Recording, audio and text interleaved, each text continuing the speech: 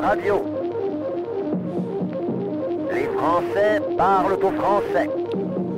Les carottes sont cuites. Les carottes sont cuites. Sud Radio, Percov dans tous ses états. La police, la gendarmerie, on en parle parce que ce sont les gardiens. Et on va parler aujourd'hui, évidemment, de la police. Une émission spéciale consacrée à ce qu'on appelle, évidemment, la violence légitime. Car l'État a le monopole, et c'est tout à fait, c'est dans une vraie démocratie, a le monopole de la violence légitime exercée par la police, qui consiste à protéger le citoyen. Et nous avons vu, nous en parlons aujourd'hui, et nous en parlons souvent. On se rappelle, il y a 5 ans, pratiquement jour pour jour, après le massacre de Charlie Hebdo, il y avait eu des millions de Français dans la rue, il y avait eu d'ailleurs des camions et des fourgons de CRS et des cortèges qui étaient passés et qui avaient été applaudis par la foule. Aujourd'hui, ce n'est pas que le paysage a changé, le paysage social a changé, il s'est passé tout ce qui s'est passé, les gilets jaunes, les manifestations contre la réforme de la retraite, etc., qui continuent. Et on a l'impression que le paysage a légèrement changé. D'un côté, un ancien anarchiste qui s'appelle Renaud dit « J'ai embrassé un flic et j'en suis heureux ». D'un autre côté, des gens qui disent « Je hais la police ».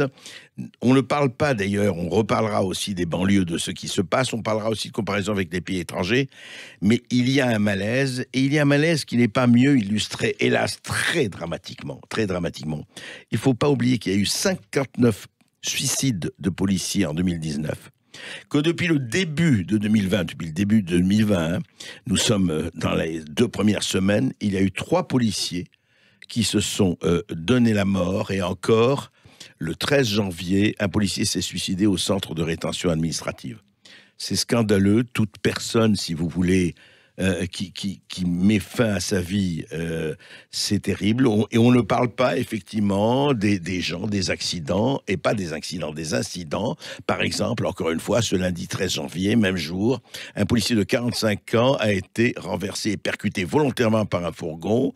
Il est mort, c'était à Bron, près de Lyon.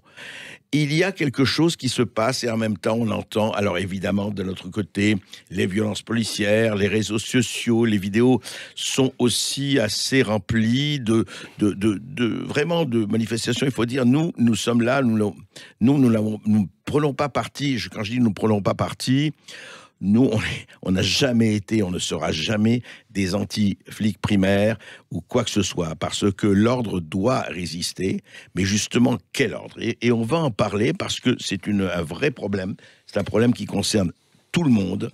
Et on va en parler avec Franck Baudry. Bonjour, Franck Baudry. Bonjour. Vous êtes commandant de police honoraire, vous êtes président d'Alerte Police en Souffrance.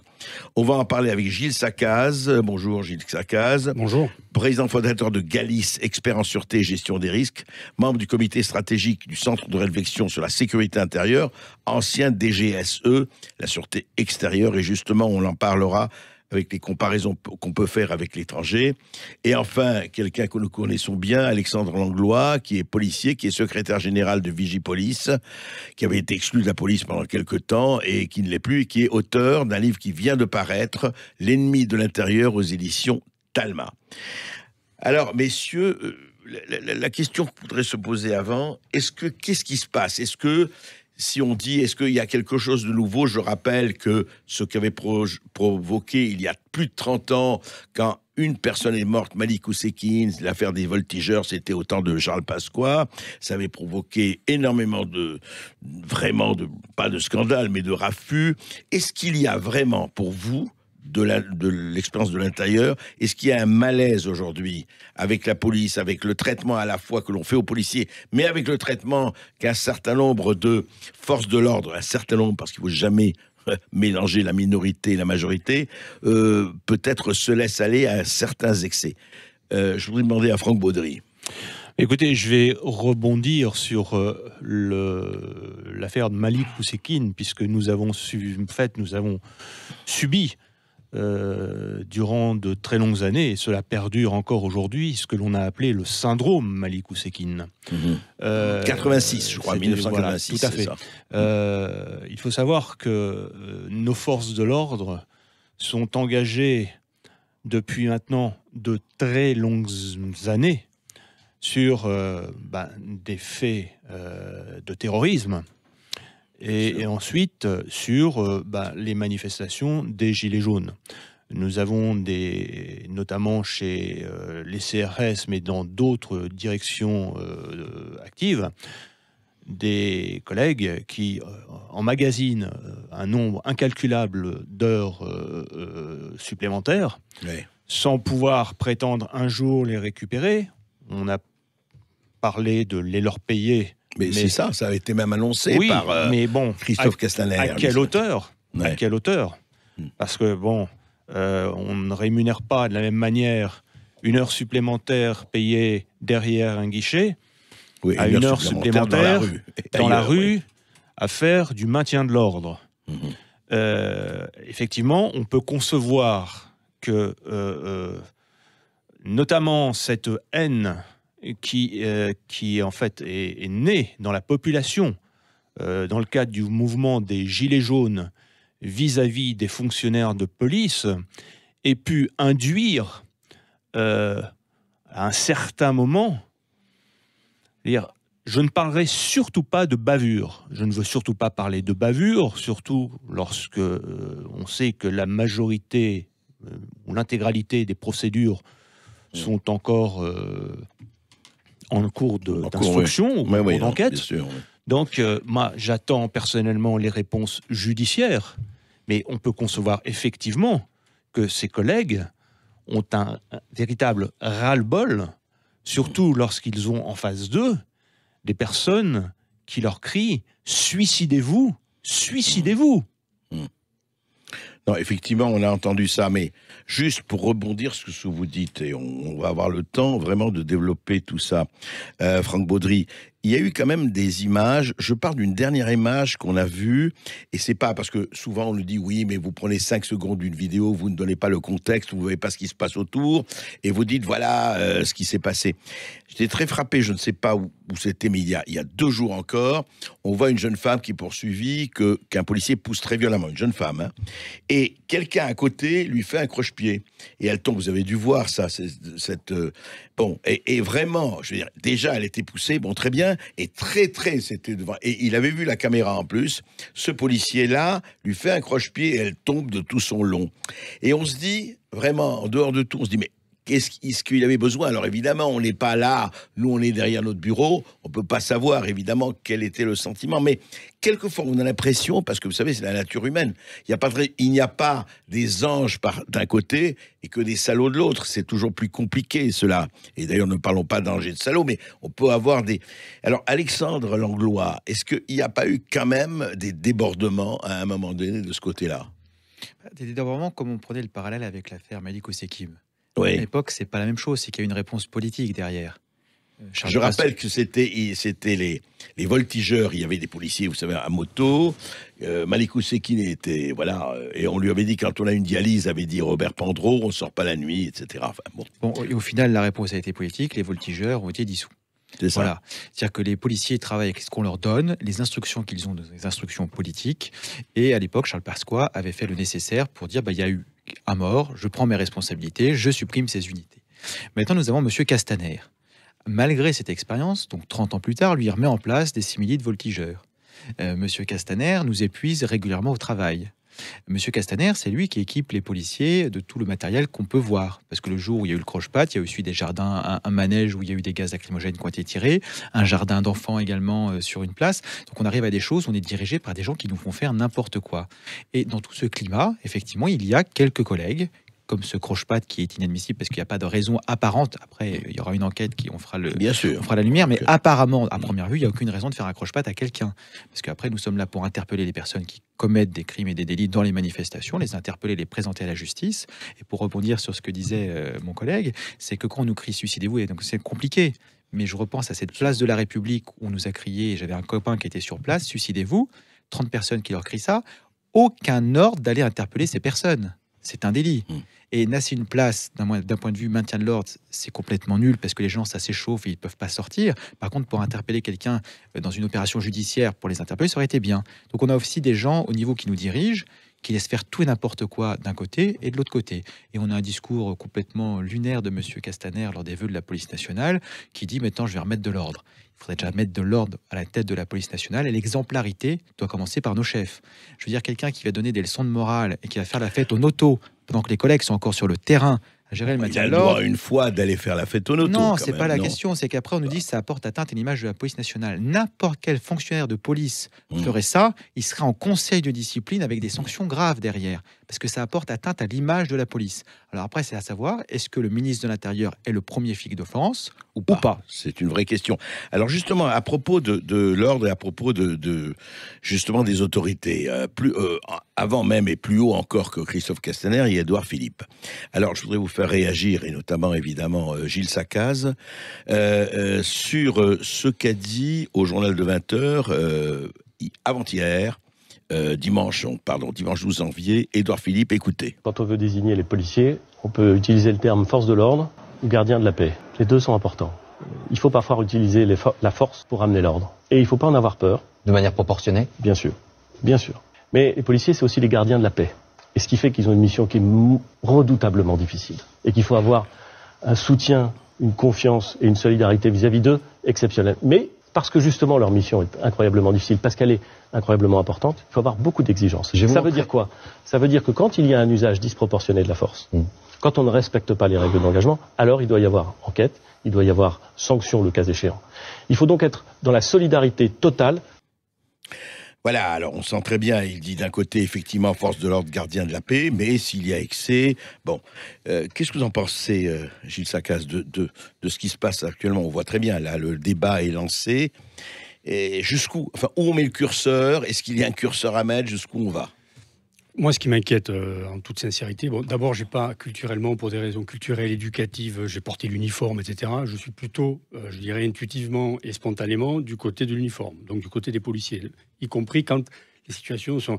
Là, ce qui m'inquiète, moi, c'est que pour avoir observé des situations dans des pays en crise, sans les nommer, mais bon, que ce soit sur le continent... Non, mais nommez-les, au contraire. Africain ou en Europe centrale, ou enfin un peu partout. Je vois ça. Avec la DGSE, c'est ça? Oui, lorsque j'étais en mission extérieure. Je vois aujourd'hui s'aligner en France des jalons que j'imaginais pas possible il y a encore 15 ans, 20 ans en arrière. Comme par exemple Comme par exemple une surenchère, une haine de part et d'autre. C'est intéressant l'épisode que vous évoquiez tout à l'heure. Je veux dire, qu'est-ce qui passe dans la tête de ce policier qui fait un croche-patte à une dame qui a failli, si on parle des mêmes images, en plus tomber sur un poteau métallique. Bon, je veux dire, clairement, il y a un problème. Je veux dire, la personne en question ne génère pas de risque particulier pour les... Non, on voyait bien à l'image. C'était pas. Pourquoi on en arrive à ça?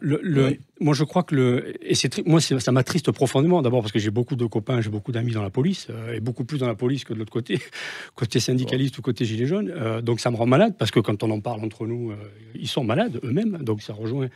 En gros, la mission est difficile. D'une façon générale, la mission est difficile. Et là, elle est dans un contexte aujourd'hui où nos forces de l'ordre, nos policiers font face au front du terrorisme.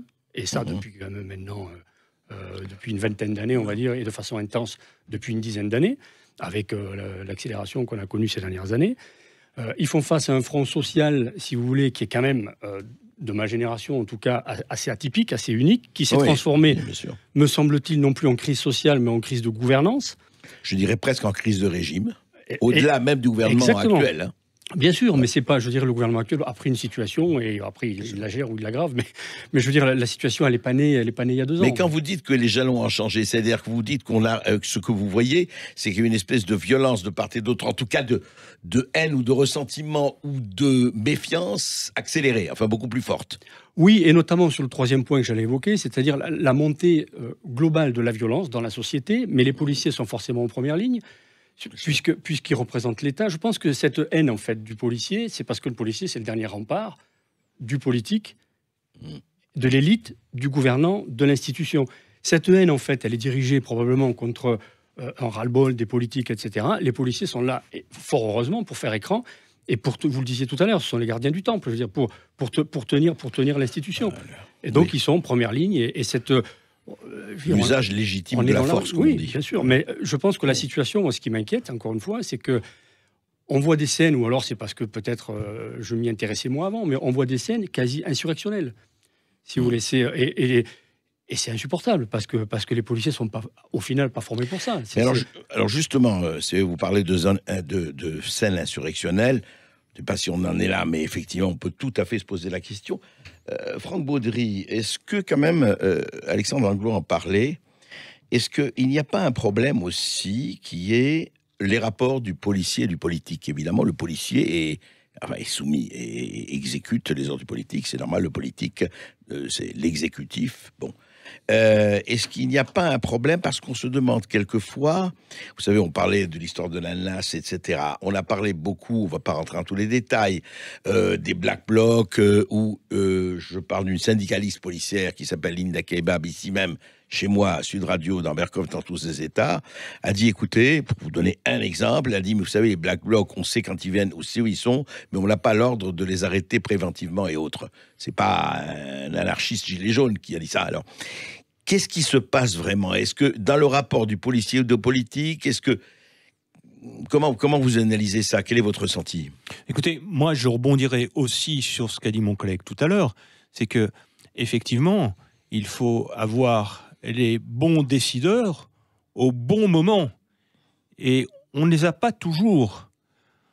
On a assisté à des périodes de flottement sur les premiers actes à partir du moment où le mouvement a commencé, des gilets jaunes, tout à fait. À partir du moment où le mouvement a commencé à monter en violence, on assistait effectivement à des moments de flottement de la part de nos collègues sur le terrain, parce qu'il y avait une absence totale de cohésion au niveau de nos dirigeants, quels que soient les... Je parle à toutes les strates, bien sûr, qui ont fait que les ordres n'ont peut-être pas été donnés d'intervenir à ce moment-là. Mais bon, les Black Blocs, on connaît la manière dont ils procèdent.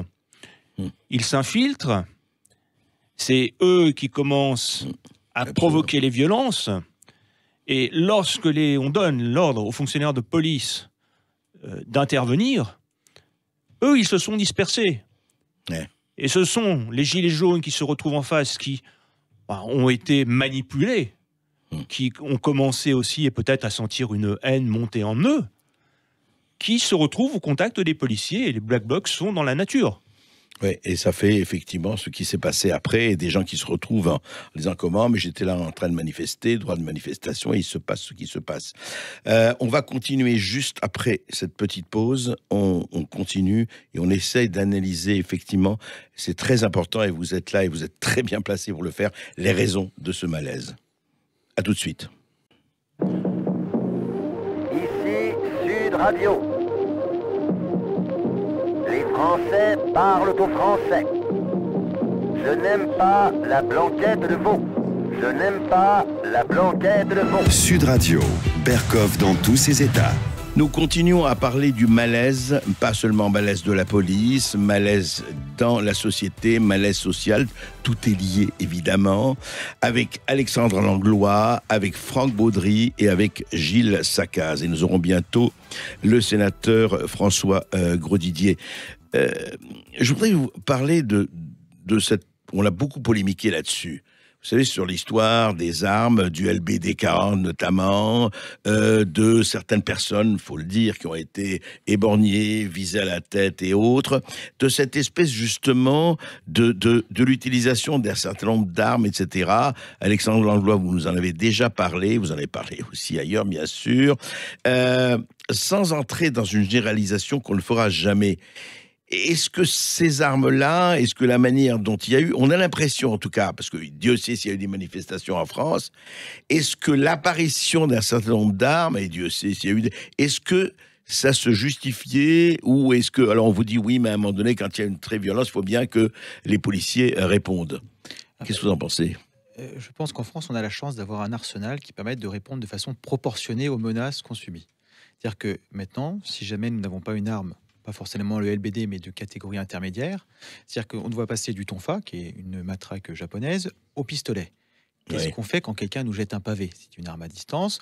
Qu'est-ce qu'on fait? Le le tonfa, ce sera trop court, le pistolet, on va peut-être pas le tuer parce qu'il nous a jeté un pavé. Pourtant, c'est une arme par destination. Donc, c'est nécessaire d'avoir des armes intermédiaires pour neutraliser des personnes qui sont dangereuses pour autrui et qui peuvent menacer et blesser des personnes. Après, le vrai problème des armes, c'est la formation qui va autour. Parce qu'en fait, on pourra, si jamais les gens ne sont pas formés avec ces armes, nous, on s'est été alertés sur ça, ces collègues en CRS nous avaient dit, on a une formation de 5 balles tous les 2 ans. On s'en était alerté à l'époque, c'était juste 5 balles à tirer tous les 2 ans. C'était juste après Viré-Châtillon, donc il y a 3 ans. Et la réponse qu'on a eue de la Direction générale de la police nationale, ça a été, du coup, on va passer à tous les 3 ans. Pour des raisons d'économie budgétaire, chaque balle coûtant 16 €. Donc je veux dire, on est passé dans quelque chose de complètement opposé. C'est hallucinant ça. Vous voulez dire que la formation se passe avec des LBD 40 qu'on utilise, les gens qui les utilisent font une fois tous les 2 ans, tous les 3 ans depuis Viré-Châtillon. C'est-à-dire qu'en plus on va dans le mauvais sens. Monsieur Castaner en poste donc jusque depuis novembre dernier, en mois d'août, a déclaré à la radio également qu'il y avait un problème de formation autour du LBD. On lui répète depuis le mois de décembre 2018. Donc il lui a fallu 8 mois pour se rendre compte. Résultat des courses, budget 2020, formation police, plus d'1 million d'euros en moins. Donc au bout d'un moment, il y a des incohérences complètes. Et après, nous avons un ministre qui va se ridiculiser au tableau sur une émission devant des enfants en primaire et qui ne sait même pas expliquer comment fonctionne un LBD. Donc au bout d'un moment, on ne vient pas donner des leçons de morale et des explications quand on ne sait pas comment ça fonctionne. Donc sur le terrain, il faut une formation très précise et qu'encadre les personnels. Ce que j'arrête pas de répéter, les gendarmes sont beaucoup mieux formés que nous au LBD. C'est pas un tir de temps en temps, c'est dans des situations proches de l'opérationnel. Les militaires, voilà, c'est ça. Et pour le coup, ils sont moins inquiétés par des procédures soumises à caution. L'autre chose également, c'est qu'il y a des personnes dans la police, malheureusement, qui profitent de cette situation de flou artistique et de chaos. Sur une manifestation à Marseille, 80 tirs de LBD, 60 de la même équipe de 3 fonctionnaires. Moi, je veux bien que de temps en temps, effectivement, des personnes peuvent protéger des vies, etc. Mais 60 fois dans la journée par les 3 mêmes personnes, je pense, il y a un abus. Mais il n'y a pas de contrôle derrière. Et on en revient, qui contrôle la police? Alors justement, Gilles Sacaz, comment ça se passe à l'étranger, enfin dans les pays que vous connaissez? D'abord, une question très précise, est-ce que le LBD 40 est utilisé ailleurs, un peu partout, à votre connaissance? Alors, très peu dans les pays avec un niveau de démocratie, enfin là je parle sous contrôle, mais d'un niveau de démocratie comme le nôtre. C'est-à-dire que moi je reste malgré tout persuadé que c'est une arme intéressante pour les mêmes raisons, dans un emploi tactique intermédiaire, je dirais.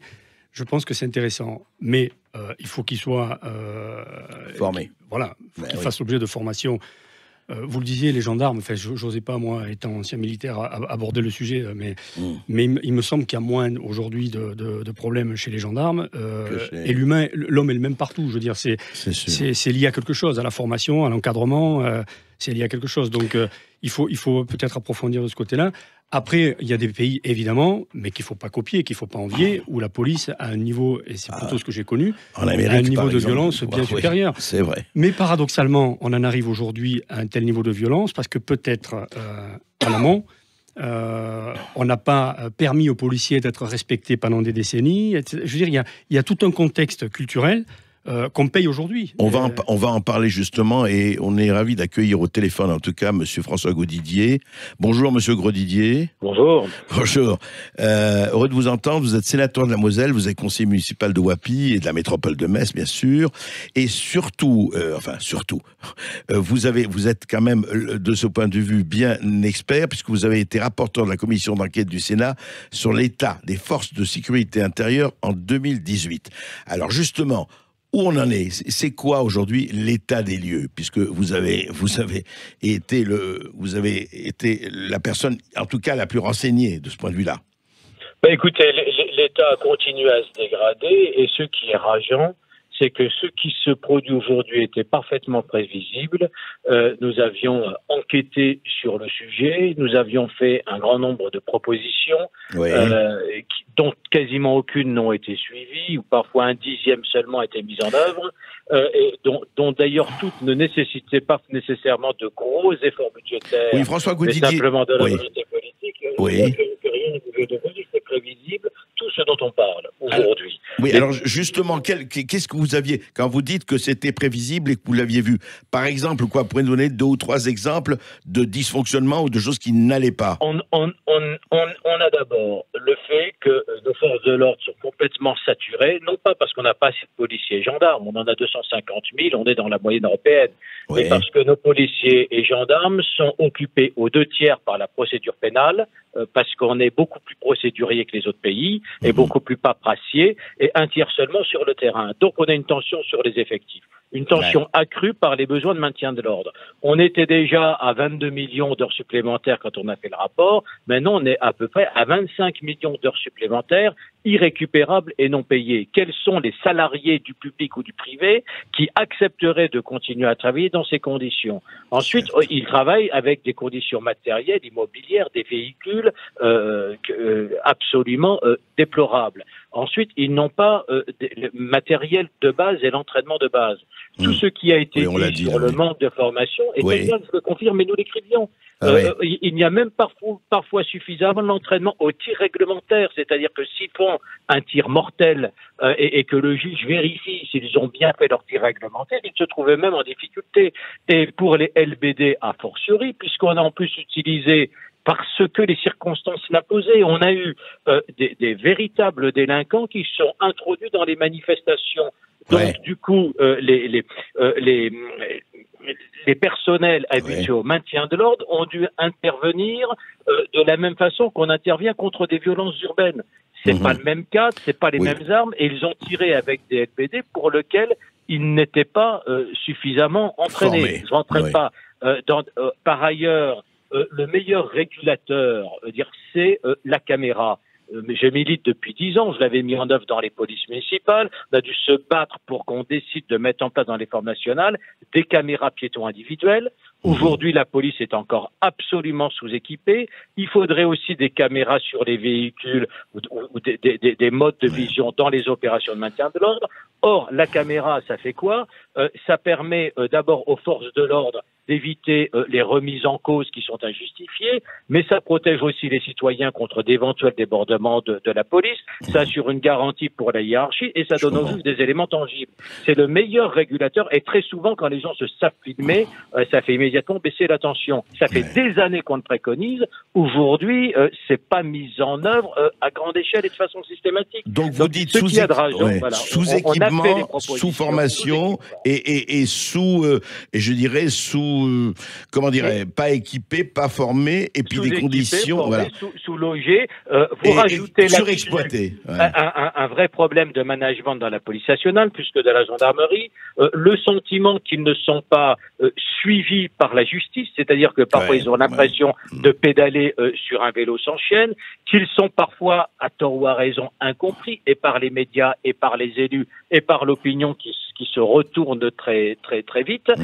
Donc le malaise est extrêmement profond. Vous rajoutez là-dessus, depuis qu'on l'a dit, un an et demi de manifestations, ils ont été agressés systématiquement, effectivement explosifs. Donc je regrette que le gouvernement n'ait pas pris pleinement la mesure de ça, à la fois du problème psychologique extrêmement profond et n'est pas mis en œuvre. On sait très bien que tous les retards d'investissement ne peuvent pas être récupérés en 1 an ou en 2 ans. Mais si on avait une loi de programmation, qu'on ait affiché une perspective à 5 ou à 10 ans, et que les policiers et gendarmes sachent où ils vont, et que par ailleurs, ils soient assurés d'une réponse pénale un peu plus ferme et d'une meilleure articulation de police et de la justice, ils reprendraient confiance. On en est très loin aujourd'hui. On a plutôt l'impression qu'à chaque fois, le fossé se creuse, et il s'est encore creusé ces dernières semaines. Merci François Gaudidier. Écoutez, si vous pouvez rester avec nous, parce que avec nos interlocuteurs, il y a un vrai problème. On voit bien, on a posé l'État, et c'est toujours pareil. Il ne s'agit pas de renvoyer la faute sur X, Y, Z, mais on le voit bien qu'il n'y a pas de prévision, qu'il n'y a pas eu de cap, et c'est pas depuis 2 ans, simplement depuis avant, par rapport à ce qui se passe. Et dès qu'éclate effectivement quelque chose de majeur, et on vit là une période un peu majeure, et on voit très très bien le problème. Justement, Franck Baudry, comment vous réagissez à ce que dit François Grosdidier? Écoutez, je ne puis qu'abonder dans les propos tenus par monsieur le sénateur. Moi, je suis retraité depuis 2012 et en fait, les choses ne sont pas allées en s'améliorant. C'est le moins qu'on puisse dire. J'ai œuvré durant plus de 30 ans au sein de notre administration, au sein de notre grande maison. puisque c'est ainsi qu'on l'appelait à l'époque. J'ai parfois l'impression maintenant qu'elle a tendance à devenir beaucoup plus petite qu'elle ne l'était auparavant. Mais je rejoins tout à fait Monsieur Grosdidier dans le constat qu'il a fait, puisque c'est le même que je suis amené à faire également. Oui, donc effectivement, la situation ne s'est pas améliorée, ne change pas, et c'est assez étonnant quand même qu'on ait des politiques qui ne sont pas, écoutez, plus aveugles ou plus sourds, et on a l'impression qu'après ils réagissent au fur et à mesure, et on laisse faire de part et d'autre des choses qu'on ne devrait pas laisser faire. Gilles Sacaz, c'est quoi? C'est un manque de cap, c'est un manque de prévision, c'est un manque de... C'est-à-dire, on dit, écoutez, vous avez le monopole, c'est vous, les forces de l'ordre, hein, ça veut dire bien ce que veut dire force de l'ordre, les gardiens de la paix, comme dit Édouard Philippe, ça veut bien dire ce que ça veut dire, gardien de la paix. Simplement, s'il n'y a pas les moyens, effectivement, et si on laisse faire quelques excités, comme dit Alexandre Langlois, on a l'impression qu'effectivement, je ne dirais pas un abandon, n'exagérons rien, mais quelque chose dans le politique qui dérape, quoi. Oui, et puis on pourrait ajouter à ce qui a été dit, matériel, équipement, formation, management et reconnaissance en interne, c'est-à-dire de la hiérarchie. On sent bien qu'il y a un souci, mais reconnaissance même de la société, dans son ensemble, de l'uniforme, du métier de policier, etc. Mais ça, là, on paye aujourd'hui, dans une crise majeure, encore une fois, de gouvernance, on paye 40 ans de culture un peu, qu'on observe nulle part ailleurs. Moi, je me rappelle des scènes en zone urbaine en France, où on voit des gens qui provoquent la police en traversant doucement devant une voiture de police. Ouais. Bon, je veux dire, vous faites ça dans la majorité des pays que j'ai connus, ils s'arrêtent, ils descendent et ils règlent le problème. Vous voyez ce que je veux dire ? Réagissent, oui, absolument. On en arrive à un stade, en fait, où il y a une violence, en fait. Si vous voulez, on est fort avec les faibles, pour faire simple, on est fort avec les faibles, c'est-à-dire les gilets jaunes, les gens qui viennent de province, qui sont primo-manifestants la plupart du temps, et on est faible avec les forts, c'est-à-dire ceux qui viennent provoquer, confronter. Moi, je veux bien qu'on soit surpris, parce qu'il faut rester humble. Je veux dire, la guérilla urbaine à laquelle ils font face, elle n'est pas facile à régler. Et bien imprudent celui qui se mettrait à donner des leçons, mais je veux bien qu'on soit... C'est la République française, quand même. On a quand même quelques siècles, quelques décennies d'existence. On a 1500 ans d'histoire, on pourrait peut-être réagir autrement. Exactement, si vous voulez. On vient pas de découvrir le maintien de l'ordre, on vient pas de découvrir la guérilla urbaine, etc. Moi, je comprends pas qu'on peut être surpris par les Black Blocs un week-end, 2 week-ends, 3 week-ends. Mais pas un an. On se réarticule. 52 semaines. Mais ce qui est intéressant, c'est ce que vous soulignez tout à l'heure, qui a été dit, que j'ai entendu également sur votre antenne par Linda Kebab. Bon, ça devrait faire hurler tous les démocrates. Je veux dire, elle est en train de nous dire, syndicat de police, elle nous dit, politiquement, on a peut-être un problème. Est-ce qu'on ne laisse pas dégrader la situation pour discréditer le mouvement social, les Gilets jaunes, au détriment de nos policiers qui, au final, seront lâchés? Au final, ils seront lâchés, parce que le politique, lui, il y a une alternance, et le problème. Les policiers restent. On continue d'en parler avec vous après cette petite pause. Ici Sud Radio. Les Français parlent aux Français. Les carottes sont cuites. Les carottes sont cuites. Sud Radio, Berkoff dans tous ses états. Et nous continuons cette émission spéciale, et je pense que vous trouverez exceptionnel, avec Alexandre Langlois, policier, secrétaire général de Vigipolice et auteur de L'ennemi l'intérieur aux éditions Talma, avec Franck Baudry, commandant de police honoraire, président d'Alerte Police en souffrance, et avec Gilles Sacaz, président fondateur de Galis, expert sûreté et gestion des risques, ancien de la DGSE. Et on va justement, je voudrais rebondir sur ce que vient de dire Monsieur Sacaz, sur effectivement, attention de ne pas être fort avec les faibles et faible avec les forts. Et ça m'a tout de suite fait penser, et je pense que je ne suis pas le seul, qu'est-ce qui se passe effectivement du fait que on a suffisamment parlé depuis 20 ans déjà, ou presque, des territoires perdus de la République, où pas seulement les policiers, mais les pompiers ne peuvent plus entrer, et on l'a vu encore récemment, sans se faire caillasser et agresser, les pompiers qui viennent des armées, qui viennent pour sauver des vies, et c'est-à-dire, on arrive à un stade quand même qui est un stade très grave. Et donc, qu'est-ce qui se passe? Comment ça se fait que dans les banlieues, tout le monde connaît ça depuis 20-25 ans, hein, c'est pas... Et que là, on dirait qu'on prend plus que des gants, on fait très attention, on dit pas que la police n'y va pas, mais il y a quand même un problème à la fois de radicalisation, à la fois des drogues, à la fois de trafic, et Et on a l'impression qu'il ne se passe pas grand-chose, Alexandre Langlois. Il ne se passe pas grand-chose parce qu'une fois de plus, on n'avait pas de volonté politique. Je vais redonner le dernier exemple en date, où c'est en plus le département où je travaille, où il s'est passé Chanteloup-les-Vignes. Oui. Où il y a eu un cirque et un centre culturel qui a été brûlé, etc. Qu'est-ce qui s'est passé ? Il s'est passé que la situation se dégrade depuis plusieurs mois. Les services de police alertent en disant... Chanteloup-les-Vignes qui est dans le 78. Dans le 78, oui, c'est ça. Et en disant, voilà, il y a des dealers qui ne veulent pas la rénovation du quartier parce que ça va les déranger. Donc, ils mettent la pression sur les bailleurs sociaux, ils mettent la pression sur les entreprises. Et comme ça ne comprend pas, et du coup, ils sont allés brûler, ils ont incité des jeunes à aller brûler un centre culturel. Donc là, il y a le discours politique. Le discours politique arrive quand, par exemple, M. Édouard Philippe ou M. Castaner parlent des manifestations gilets jaunes, on parle d'insurrection, de la peste brune. Quand l'extrême droite. On parle de tout ce qu'on veut. Voilà. Donc c'est un discours. Quand on attaque une permanence LREM, ce qui est pas très futé et c'est du contraventionnel, il parle d'actes de terrorisme, alors que c'est du contraventionnel. Quand on parle de gens qui viennent soutenir des dealers de drogue et tout casser dans la cité, on parle d'irresponsables et de jeunes abrutis. Je veux dire qu'un discours pareil, effectivement, on ne va pas aller très loin. Deuxièmement, les politiques ne se déplacent pas à minuit, quand nos collègues sont en plein cœur de l'action, voir comment ça se passe. Ils viennent le matin, quand tout est calme, encadrés par tellement de policiers que tout se passe bien. Petite anecdote, tout le monde m'a demandé cette année pourquoi dans les Yvelines, avec Trappes, Mont-de-la-Jolie, ça a moins brûlé, il y a eu moins de voitures brûlées que d'habitude. Tout simplement, M. Castaner était présent dans le département. Donc quand un ministre, et encore plus le ministre de l'Intérieur est présent, il y a un déploiement tellement énorme de CRS que personne n'ose bouger. Donc on a ce constat complètement dramatique. La deuxième chose également, c'est qu'on doit faire du chiffre dans la police nationale, du chiffre sur des boulettes de shit, tout ça, c'est toujours d'activité, on est noté sur ça, et surtout notre haute hiérarchie est notée sur ça. Donc ça, il faut en faire beaucoup. Pour la tranquillité et la paix publique, ça règle rien du tout. Si on voit l'infraction, il faut qu'on la fasse cesser, mais c'est pas ça qui va régler le problème du trafic de stupes de façon générale. À l'inverse, on a eu des collègues qui avaient démantelé un trafic de stupes dans une cité dans le 93.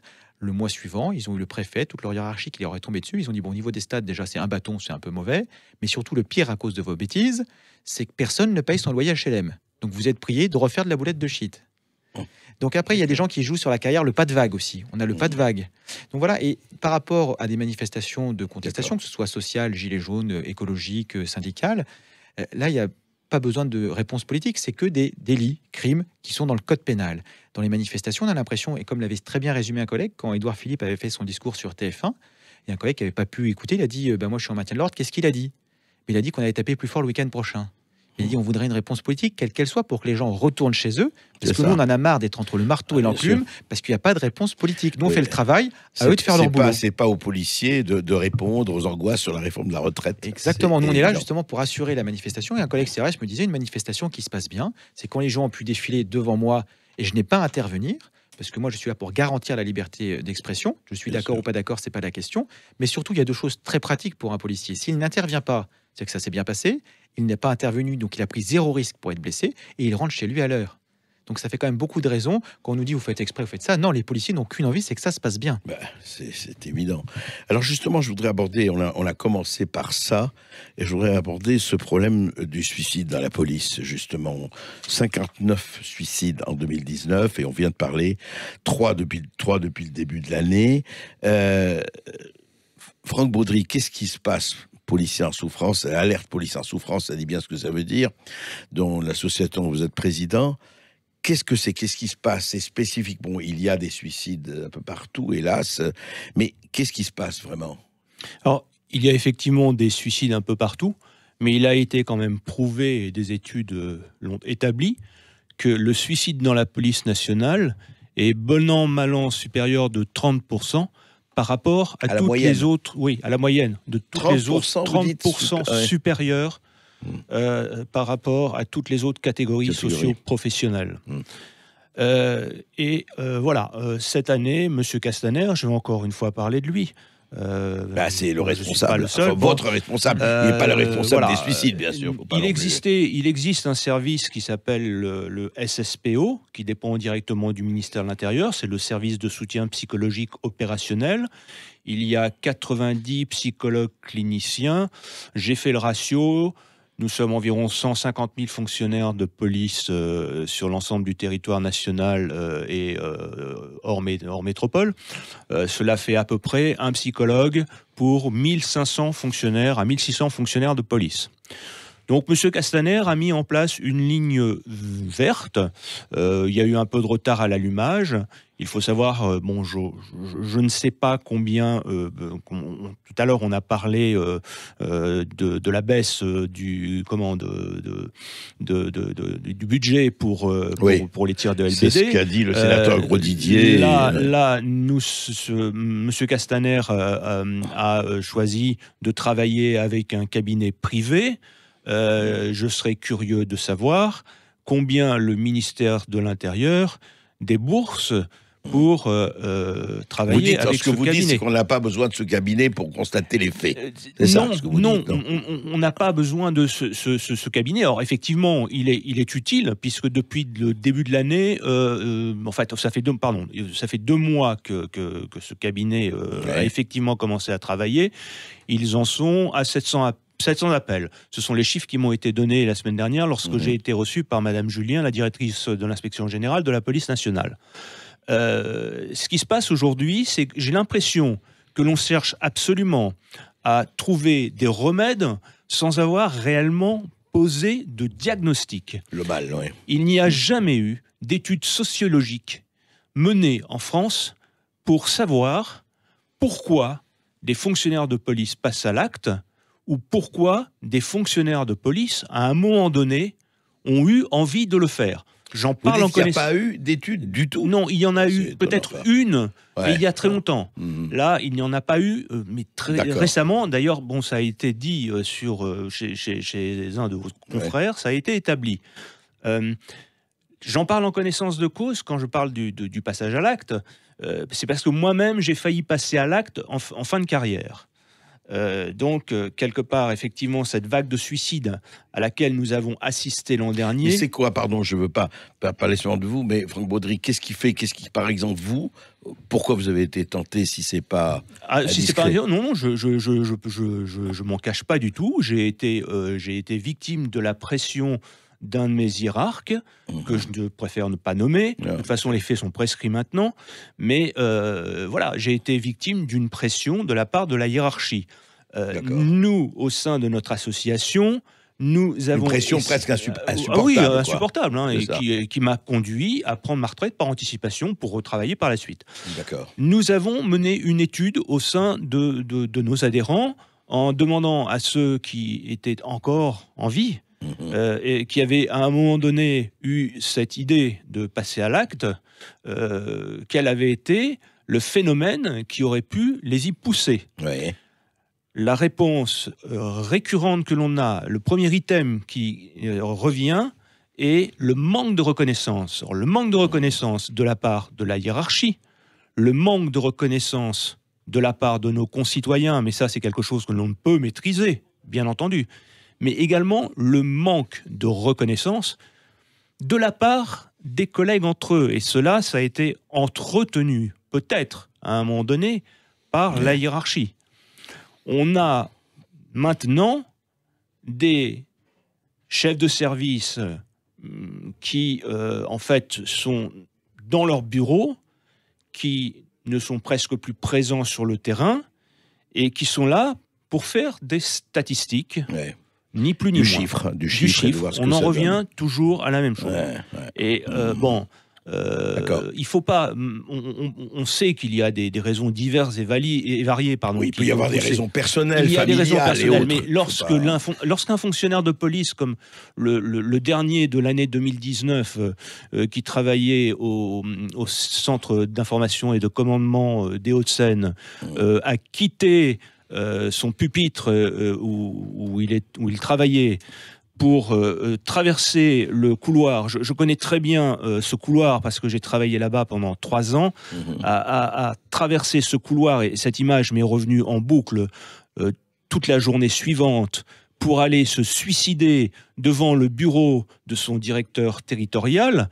Il ne faut pas me dire que ce sont pour des raisons personnel. Familial, oui. Personnel, il y a quelque part quelque chose de voilà, c'est un... Non, mais vous avez été très clair là-dessus. C'est très important de dire, effectivement, aux personnes, aux Français, voilà, ce qui se passe vraiment. Gilles Sacaz, on a l'impression qu'on est je dis pas, il faut pas être, on n'est jamais désespéré, mais on a l'impression d'une situation un peu fermée.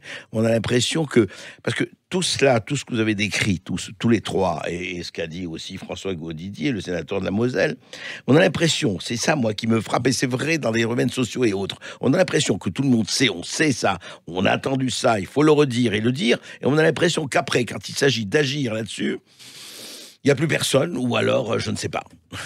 C'est très intéressant. J'attendais justement pour parler de la reconnaissance. C'est à la fois interne, c'est important évidemment, parce que c'est la proximité, elle est quand même là, et le quotidien, il est là, mais aussi de la société. La réponse, comme sur la crise sociale, comme sur ce problème de reconnaissance, elle ne peut être que politique. C'est-à-dire que les policiers, c'est le bras armé du politique, c'est pas l'inverse.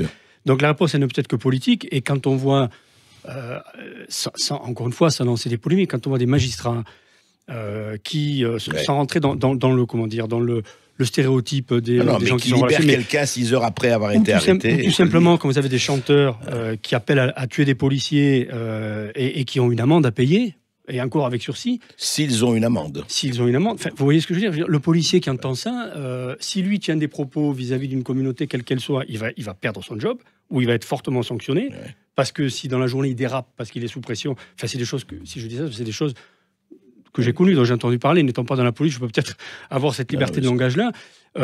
À l'inverse, on peut tout dire sur les policiers, on peut les insulter, on peut les appeler à suicider, on peut les appeler à être tués, on peut, sans qu'il y ait de sanctions.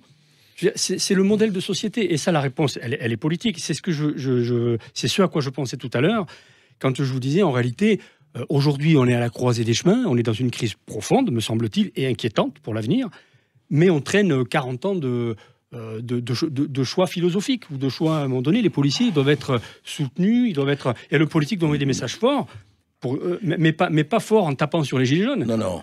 Message fort en étant fort, en sachant ce qu'ils veulent faire et qu'ils disent ce qu'ils veulent faire et faire ce qu'ils disent. Messieurs, merci Alexandre Langlois. On reparlera de votre livre et on fera revenir pour parler du livre. Merci Franck Baudry, et tenez-nous au courant évidemment de ce qui se passe avec votre association, et merci Gilles Sacaz, le militaire. Et je crois que effectivement, c'est toujours une question, c'est pas pour rejeter sur le politique, mais le politique, c'est lui qui décide, c'est lui qui donne le cap, et c'est lui qui, en définitive, doit prendre toutes ses responsabilités.